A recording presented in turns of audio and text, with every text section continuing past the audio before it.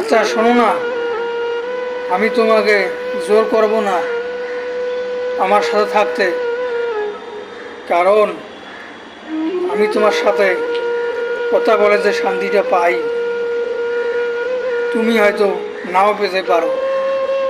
আমার মাঝে ঠিক ওই রকমের শান্তি তাই তাই বলি কি, তোমার যদি এমন মনে হয় তাহলে আমায় ফ্রি মাইন্ড বলে দাও।